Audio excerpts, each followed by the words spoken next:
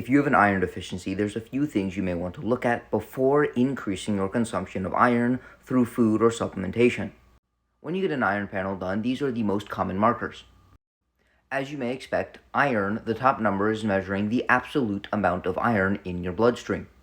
Transferrin is actually the protein that transports iron through the bloodstream. So transferrin is another good indicator of how much iron you have in your bloodstream. Ferritin is actually an iron storage protein. Therefore, ferritin is measuring the amount of iron stored inside of your tissues. Because a percentage can leak into the bloodstream, they measure your serum level of ferritin to get an indication of how much ferritin you have inside of storage, such as in your liver and muscles.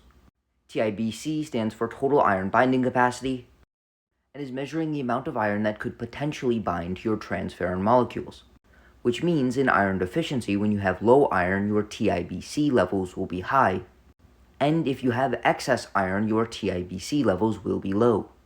Whereas transferrin saturation is an index of how much iron is bound to your transferrin proteins, meaning in iron deficiency, your transferrin saturation will be low. With that being said, we do know that anemia is a common manifestation of inflammatory bowel disorders due to blood loss and impaired iron absorption. This is also seen in celiac disease, atrophic gastritis, Helicobacter pylori infection, and after bariatric surgery. It's also seen in certain disease conditions such as chronic kidney disease, chronic heart failure, inflammatory bowel disease, certain malignancies, and rheumatoid arthritis.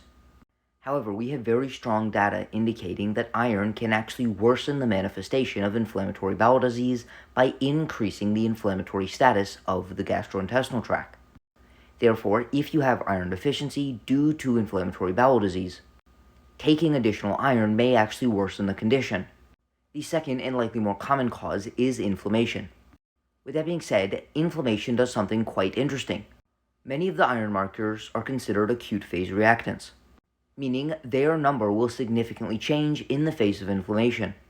A positive acute phase reactant is a blood marker that increases during inflammation, and a negative acute phase reactant is a blood marker that decreases during inflammation. As you can see, ferritin is considered a positive acute phase reactant. Conversely, transferrin is a negative acute phase reactant. If you remember what these are, this means that the body will decrease the amount of iron in our bloodstream and increase the amount of iron in storage during inflammation. And the reason the body does this is quite fascinating. The vast majority of human pathogens require iron to sustain growth and colonize humans. And given the absolute requirement of iron by virtually all human pathogens, the innate immune system works extremely vigorously to reduce the amount of iron available for these microbes. Transferrin is one of the sources for iron that is most readily available to colonizing invading pathogens, as it represents the iron in our bloodstream, which pathogens can actually uptake and begin to utilize the iron. Therefore, in the face of inflammation, immune cells will actually reduce the amount of transferrin we have in circulation, while simultaneously increasing the amount of iron we have stored inside of ferritin, which is inaccessible to human pathogens. So hypothetically, if you see that you have low levels of iron and transferrin, but you have high levels of ferritin, this is an indication you may not want to take an iron supplement, because iron supplementation may increase the amount of iron available to human pathogens. And if that is the thing that is lowering your serum iron and transferrin, taking an iron supplement may give these pathogens more substrate to grow and divide. The first indication of this would be high levels of ferritin despite having low levels of transferrin and iron. The other thing you can look at is how your other acute phase reactants are trending.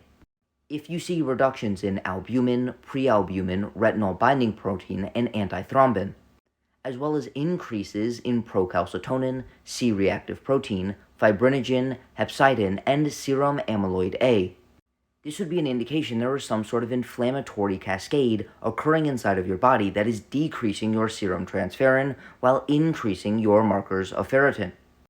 And again, in this scenario, iron supplementation or just increasing your iron intake may not actually be warranted, because it could potentially make the problem worse. With that being said, if you would like an individualized approach to your nutrition and lifestyle to optimize your health, energy, and body composition, send me a DM to sign up for coaching.